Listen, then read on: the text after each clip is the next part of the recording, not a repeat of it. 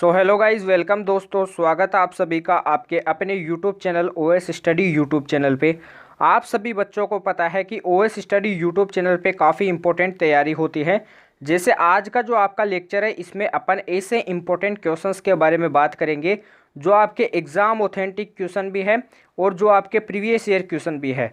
तो ऐसे जो क्वेश्चन है जो आपकी एग्ज़ाम में ज़्यादातर पूछे जाते हैं, इन्हीं के बारे में आज अपन टोटल स्टडी करने जा रहे हैं। तो आपको क्या करना है, वीडियो को लाइक करना है, वीडियो को शेयर करना है। अभी तक जिन बच्चों ने चैनल को सब्सक्राइब नहीं किया है तो चैनल को सब्सक्राइब कर लीजिए। तो अपन बिना टाइम वेस्ट के चलो आज की क्लास के फर्स्ट क्वेश्चन पे चलते हैं। तो फर्स्ट क्वेश्चन आपको दिया हुआ है, काफ़ी इंपॉर्टेंट सवाल। जो आपके अभिलेखों का जो अध्ययन होता है उसे क्या कहा जाता है, ये आपको बताना है। सबसे पहले आपके जो स्टडी से एक क्वेश्चन पूछा जाता है, अध्ययन से एक क्वेश्चन पूछा जाता है, ऐसा ही क्वेश्चन आपको दिया हुआ है। अभिलेखों का अध्ययन क्या कहा जाता है, ये आपको बताना है। सबसे पहले आपको बता दूं, न्यूमिस्मेटिक ये किसके अध्ययन को कहा जाता है। तो ए ऑप्शन दे रखा है न्यूमिस्मेटिक। सिक्कों के अध्ययन को क्या कहा जाता है, न्यूमिस्मेटिक कहा जाता है। फटाफट नोट कर लीजिए, किनके अध्ययन को, सिक्कों के अध्ययन को। फटाफट इसे भी नोट कर लीजिए। एपिग्राफी किनके अध्ययन को कहा जाता है, या अभिलेखों के अध्ययन को कहा जाता है। तो राइट आंसर आपका बी ऑप्शन। अब अपन देखते हैं पेलियोटोलॉजी है, इसे किसका अध्ययन कहा जाता है। तो इसे जीवाश्म का अध्ययन क्या कहा जाता है, जीवाश्म के अध्ययन को पेलियोटोलॉजी कहा जाता है। फटाफट नोट कर देना है, कमेंट बॉक्स में छाप देना है। अगले क्वेश्चन पे चलते हैं। उससे पहले आपको बताना है कि आपके 16 सितंबर को कौन सा डे बनाया जाता है। फटाफट कमेंट बॉक्स में टाइप कर दीजिए। आपके 8 जून को कौन सा डे बनाया जाता है, फटाफट कमेंट बॉक्स में टाइप कर दीजिए। 22 मार्च को कौन सा डे बनाया जाता है, फटाफट टाइप कर दीजिए। और आपके 1 दिसंबर को कौन सा डे बनाया जाता है, ये भी आपको कमेंट बॉक्स में टाइप करना है। फटाफट टाइप कर दीजिए। काफ़ी इंपॉर्टेंट डे है, काफ़ी ईजी डे भी है, फटाफट नोट कीजिए। अगले क्वेश्चन पे चलते हैं।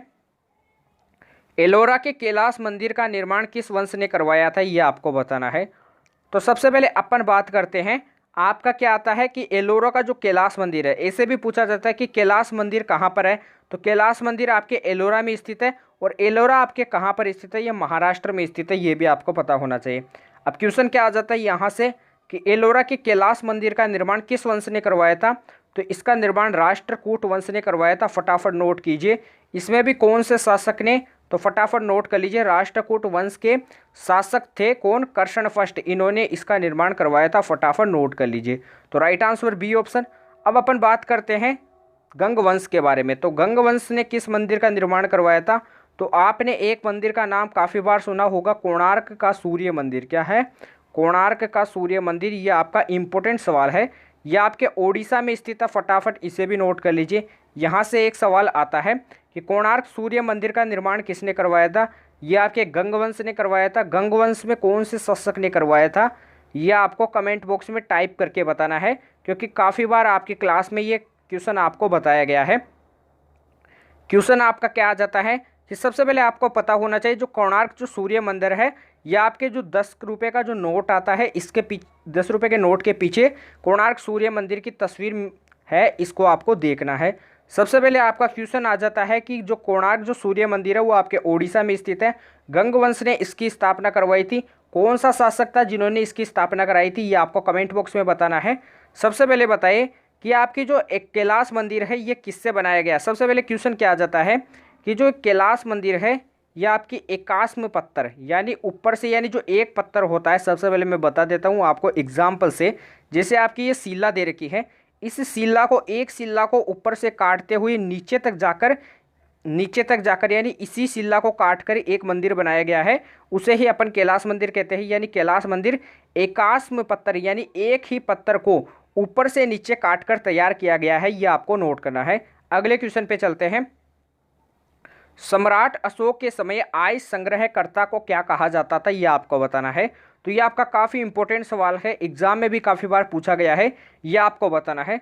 सबसे पहले आपको बताना है, काफ़ी इंपॉर्टेंट सवाल है कि बहादुर शाह जफर को गिरफ्तार करके कहाँ रखा गया था, ये आपको बताना है। तो बहादुर शाह जफर को रंगून म्यांमार में गिरफ्तार करके रखा गया था। फटाफट नोट कर लीजिए, कहाँ पर, रंगून म्यांमार में रखा गया था।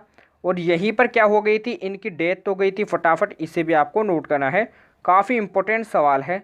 बिहू को आपको पता होना चाहिए, बिहू किस राज्य से संबंधित है, फटाफट नोट कर लीजिए। तो बिहू असम से संबंधित है, फटाफट नोट कर लीजिए। असम में कितने राष्ट्रीय उद्यान होते हैं ये भी आपको बताना है। असम में कितने राष्ट्रीय उद्यान आते हैं ये बताइए। काजीरंगा राष्ट्रीय उद्यान की आपको वो बताने हैं कि ये किसके लिए फेमस है, फटाफट बताना है।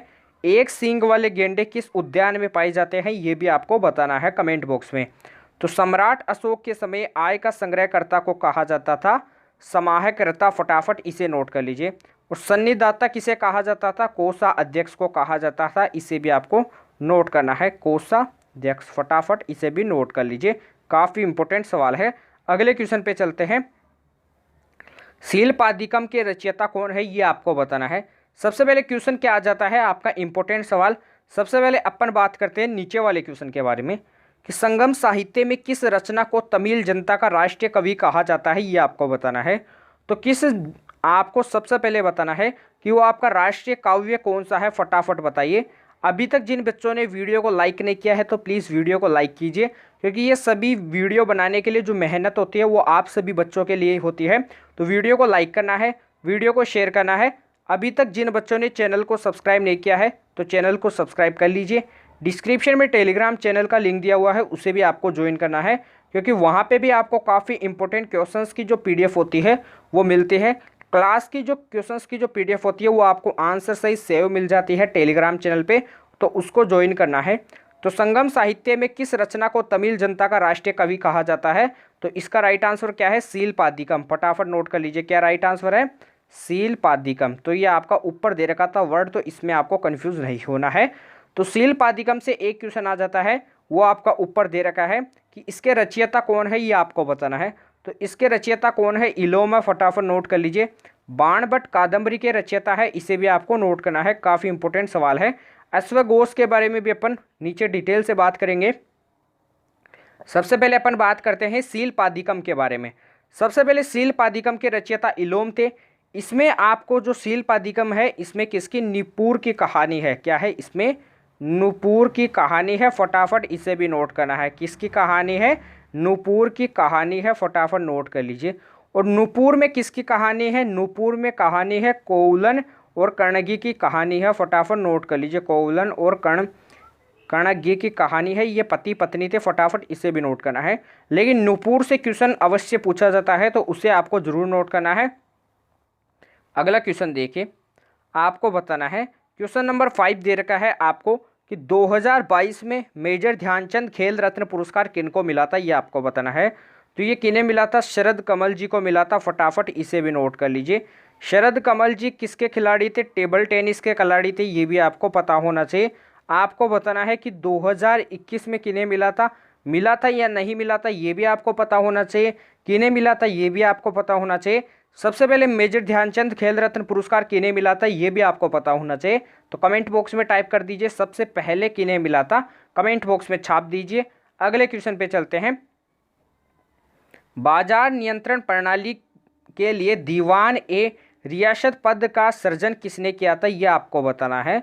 तो क्वेश्चंस आपको दिया हुआ है, काफ़ी इंपॉर्टेंट सवाल। तो सबसे पहले मैं बता देता हूँ, बाजार नियंत्रण प्रणाली के दीवान रियासत पद का सृजन किसने किया था, आपके अलाउद्दीन खिलजी ने किया था, इसे आपको नोट करना है। काफ़ी इंपॉर्टेंट सवाल है, एग्जाम में भी काफ़ी बार पूछा गया है। अगले क्वेश्चन पे चलते हैं। अगला क्वेश्चन देखिए, ये भी काफ़ी इंपॉर्टेंट सवाल है। इससे पहले अपन कुछ क्वेश्चंस के बारे में और बात कर लेते हैं जो आपके एग्जाम में पूछा जाता है। सबसे पहले आपको बताना है कि आपका जो सूर्य सिद्धांत जो ग्रंथ है इसके लेखक कौन है, कौन सा ग्रंथ, सूर्य सिद्धांत ग्रंथ, फटाफट नोट कर लीजिए। जो मैं यहाँ पे आपको ग्रंथ बताता हूँ इनके बारे में नोट करना है। आपके दूसरे नंबर पर कौन सी, सबसे पहले सूर्य सिद्धांत ग्रंथ किनका है, फटाफट नोट कर लीजिए, आर्यभट्ट। किनका है, आर्यभट्ट का ग्रंथ था, फटाफट इसे नोट कर लीजिए। अब अपन बात करते हैं, आर्यभट्ट के बारे में अपन ने बात की। अब अपन बात करते हैं बाणभट्ट के बारे में बात करते हैं। ये आपका ग्रंथ नहीं है, ये आपके लेखक है बाणभट्ट, और आपके कौन है, अश्वघोष है, फटाफट नोट कर लीजिए जो मैं आपको नाम बताता हूँ। और लास्ट एंड फाइनल आपके कौन है, अल बरूनी है, कौन है, अल बरूनी है, फटाफट इसे भी नोट करना है। अब क्वेश्चन क्या आता है कि बाणभट्ट की जो पुस्तक है वो कौन सी है, हर्षचरित है, फटाफट इसे भी नोट कर लीजिए, कौन सी है, हर्षचरित है। और एक कौन सी है, कादम्बरी है, इसे भी आपको नोट करना है। अश्वघोष की पुस्तक कौन सी है, बुद्धचरित है, फटाफट इसे भी नोट कर लीजिए, कौन सी है, बुद्धचरित, फटाफट नोट कर लीजिए। और अपन लास्ट एंड फाइनल के बारे में बात करते हैं अल बरूनी के बारे में। तो इसके बारे में थोड़ा डिटेल से देखते हैं, किसके बारे में, अल बरूनी के बारे में। थोड़ा यहाँ से इंपॉर्टेंट सवाल बन जाता है। तो अल बरूनी से 4-5 सवाल बनते हैं। सबसे पहले सवाल बनता है कि किताल उल हिंद ये किनकी थी, जो ग्रंथ था किताल उल हिंद, जो ग्रंथ के जो लेखक है वो कौन है, अल बरूनी है। फटाफट नोट कर लीजिए, अल बरूनी मोहम्मद, फटाफट नोट कर लीजिए किसके, मोहम्मद गजनबी के संग आए थे। किसके संग आए थे, मोहम्मद गजनबी के संग आया था। फटाफट इसे भी नोट करना है, ये भी आपका काफ़ी इंपॉर्टेंट सवाल है। अगले क्वेश्चन पे चलते हैं। अगला क्वेश्चन देखिए, अपन ने इसके बारे में बात कर ली है। अगला दे रखा है काफ़ी इंपॉर्टेंट सवाल, इसके बारे में देखते हैं। सबसे पहले आपको बताना है कि आपके जो अलाउद्दीन खिलजी थे, क्या थे आपके जो अलाउद्दीन खिलजी, ये इसका राइट आंसर नहीं है। इसके बारे में आपको बताना है कि अलाउद्दीन खिलजी के बारे में आपको बताना है, या आपका कोई अलग से क्वेश्चन है इसके बारे में बताइए। तो अलाउद्दीन खिलजी ने अलाई दरवाजे का निर्माण करवाया था। किसका निर्माण करवाया था, अलाई दरवाजे का निर्माण करवाया था। यह आपके दिल्ली में स्थित है। फटाफट इसे भी नोट कर लीजिए। यह आपके जो अलाउद्दीन जो खिलजी थे, इन्हें क्या कहा जाता था, इन्हें क्या कहा जाता है, इन्हें दरबार में तोता ए हिंद कहा जाता था। ये आपके क्या थे, दरबार में तोता हिंद थे। फटाफट इसे भी नोट, सॉरी आपके इनके दरबार में क्या थे, तोता ए हिंद थे। यानी खिलजी के दरबार में अमीर खुसरो थे। कौन थे, अमीर खुसरो थे। किनके दरबार में, अलाउद्दीन खिलजी के दरबार में थे। और इनको क्या कहा जाता था, तोता ए हिंद भी कहा जाता था। फटाफट इसे नोट कर लीजिए, तोता ए हिंद, फटाफट नोट कर लीजिए, काफ़ी इंपॉर्टेंट सवाल था। अगले क्वेश्चन पे चलते हैं। खुदाई खिदमतगार संस्था के संस्थापक कौन है, ये आपको बताना है। तो इसका जो राइट आंसर है कौन है, आपके खान अब्दुल गफ़ार खान। कौन है, खान अब्दुल गफ़ार खान। फटाफट इसे भी नोट कर लीजिए, ये भी काफ़ी इंपॉर्टेंट सवाल है, एग्जाम में पूछा जाता है। खान अब्दुल गफ़ार खान के दल को कौन सा दल कहा जाता था, ये भी आपको बताना है। तो इनके दल को कहा जाता था लाल कुर्ती दल। कौन सा दल कहा जाता था, लाल कुर्ती दल। फटाफट नोट कर लीजिए। अगला क्वेश्चन क्या बन जाता है कि खान अब्दुल गफ़ार खान को सीमांत गांधी भी कहा जाता था। क्या कहा जाता था, यहाँ पे मैं बता देता हूँ कौन सा गांधी कहा जाता था, सीमांत गांधी भी कहा जाता था। ये भी आपको नोट करना है, काफ़ी इंपॉर्टेंट सवाल है जो एग्जाम में पूछा गया सवाल है। अगले क्वेश्चन पे चलते हैं। अगला क्वेश्चन देखिए, सोम प्रकाश पत्रिका के संपादक कौन है, ये आपको बताना है। तो यह अगला क्वेश्चन भी काफ़ी इंपॉर्टेंट सवाल दे रखा है कि सोम प्रकाश पत्रिका दे रखी है। सबसे पहले अपन बात करते हैं, ईश्वरचंद विद्यासागर की जो पत्रिका है वो कौन सी है, सोम प्रकाश है। कौन सी है, सोम प्रकाश। फटाफट इसे नोट कर लीजिए। अगले पे बात करते हैं, सचिंद्र नाथ सान्याल की जो पत्रिका है वो कौन सी है, ये बताइए। तो बंदी जीवन इनकी पत्रिका का नाम है। फटाफट नोट कर लीजिए, कौन सा जीवन, बंदी जीवन। बंदी जीवन से क्वेश्चन पूछा जाता है कि बंदी जीवन जो पत्रिका है इसे क्रांतिकारियों की बाइबिल कहा जाता है। क्या कहा जाता है, क्रांतिकारियों की बाइबिल कहा जाता है। फटाफट इसे भी आपको नोट करना है, काफ़ी इंपॉर्टेंट सवाल है। दीनबंधु मित्र इनकी जो पत्रिका का नाम है वो क्या है, ये आपको बताना है। तो इनकी पत्रिका का नाम है नील दर्पण। क्या नाम है, नील दर्पण। इसे भी फटाफट नोट कर लीजिए। अब अपन लास्ट एंड फाइनल के बारे में बात करते हैं। राजा राम मोहन राय की जो पत्रिका है उनका क्या नाम है। तो राजा राम मोहन राय की पत्रिका का नाम है संवाद कौमुदी। क्या है, संवाद कौमुदी। फटाफट इसे भी नोट करना है, ये भी काफ़ी इंपॉर्टेंट सवाल है, एग्जाम में पूछा जाता है, संवाद कौमुदी। अगले क्वेश्चन पे चलते हैं। अगला क्वेश्चन देखिए, बालकस झील से क्वेश्चन पूछा गया है। इसका आंसर आपको कमेंट बॉक्स में फटाफट टाइप करना है। उससे पहले आपको बताना है कि 1931 में आपकी कौन सी राउंड टेबल कॉन्फ्रेंस हुई थी, ये आपको बताना है। तो 1931 में आपकी क्या हुई थी, पहली क्या हुई थी, राउंड टेबल कॉन्फ्रेंस हुई थी। इसे भी आपको नोट करना है, पहली राउंड टेबल कॉन्फ्रेंस हुई थी। फटाफट नोट कर लीजिए, काफ़ी इंपॉर्टेंट सवाल है, एग्जाम में भी पूछा गया है। सविनय अवज्ञा आंदोलन दांडी यात्रा से शुरू होता है, ये भी मैंने आपको बताया था। दांडी यात्रा कब शुरू हुई थी, इसके बारे में भी डिटेल से बताया गया है। बालकस झील किस देश में स्थित है, ये आपको बताना है। तो यहाँ से एक क्वेश्चन पूछा जाता है।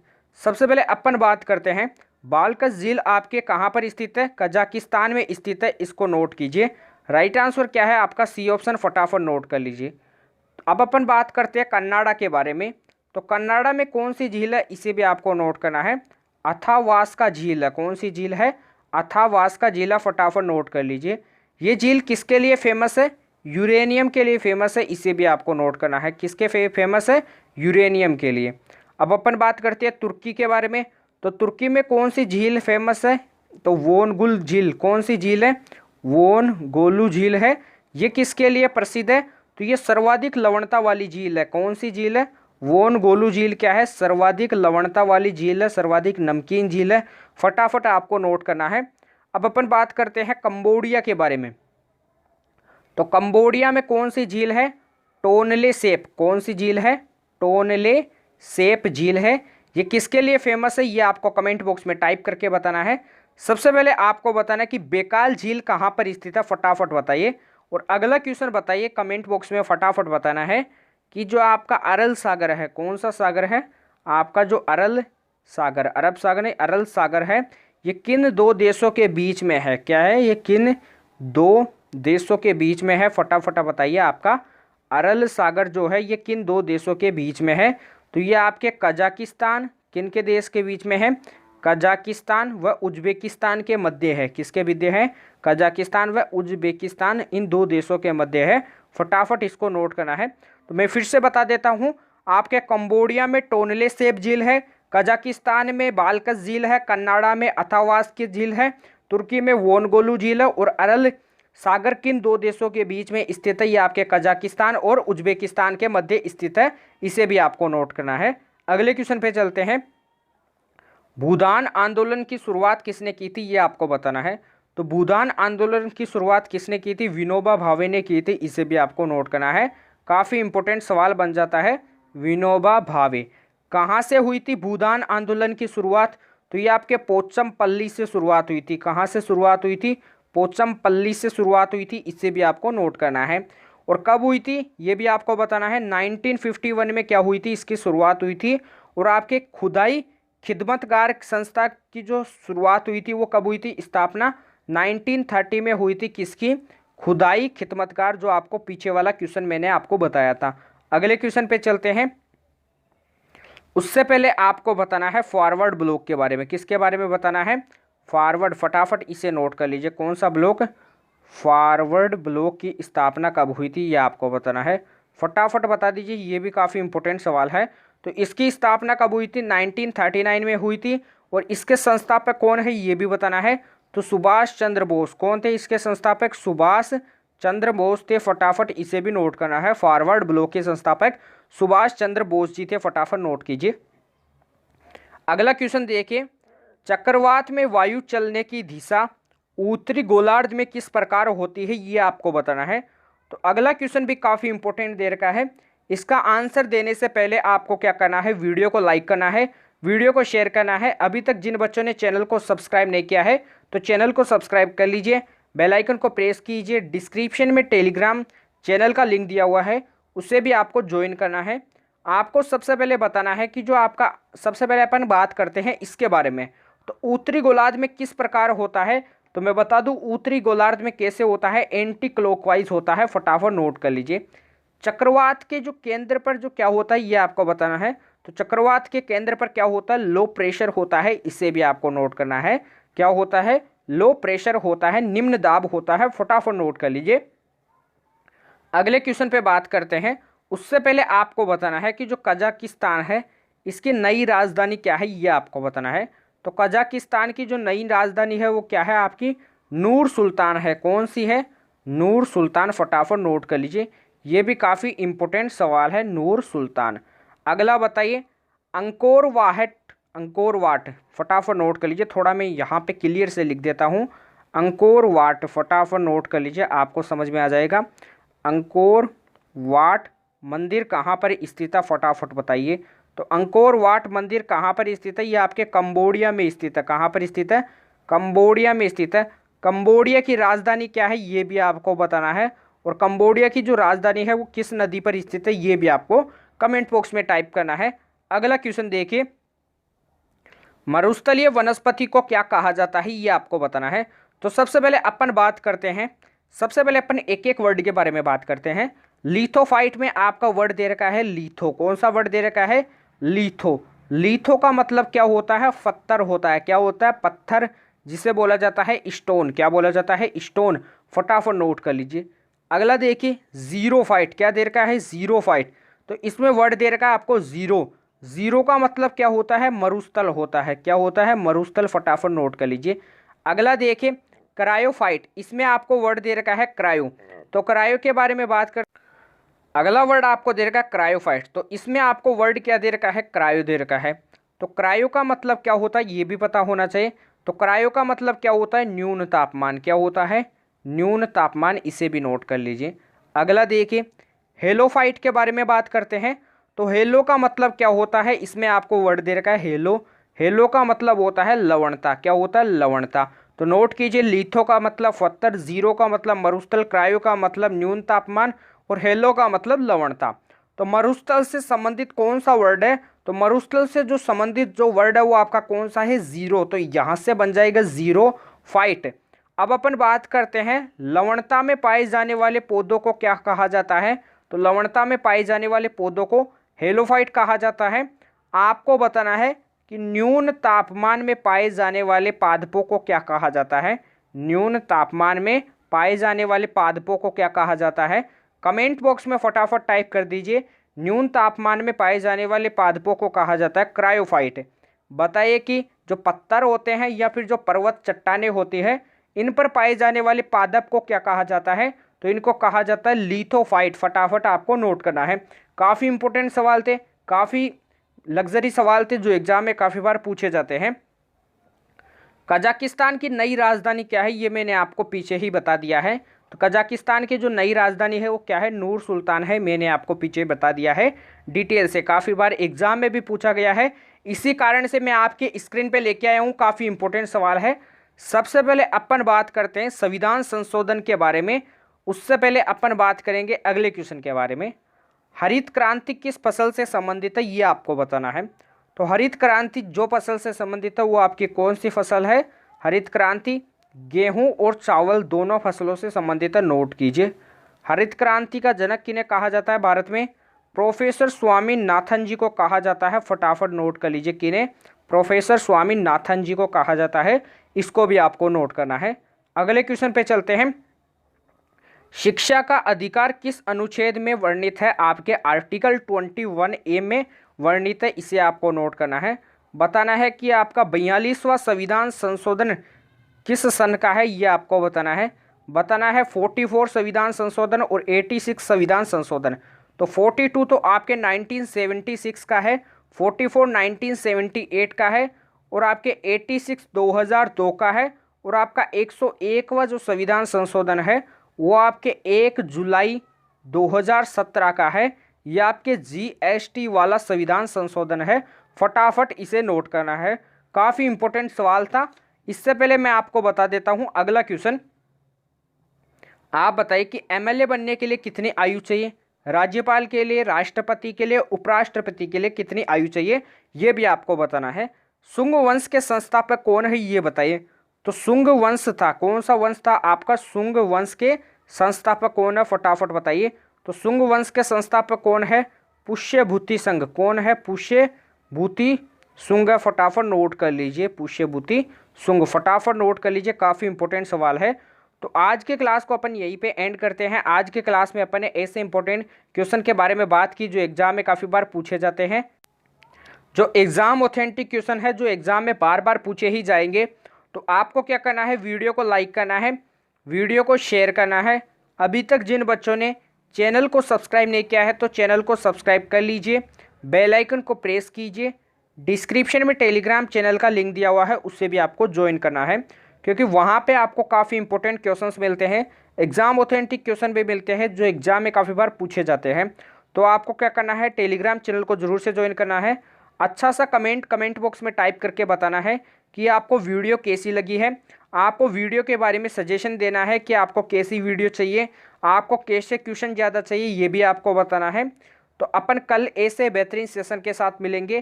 तब तक के लिए जय हिंद, जय भारत, धन्यवाद।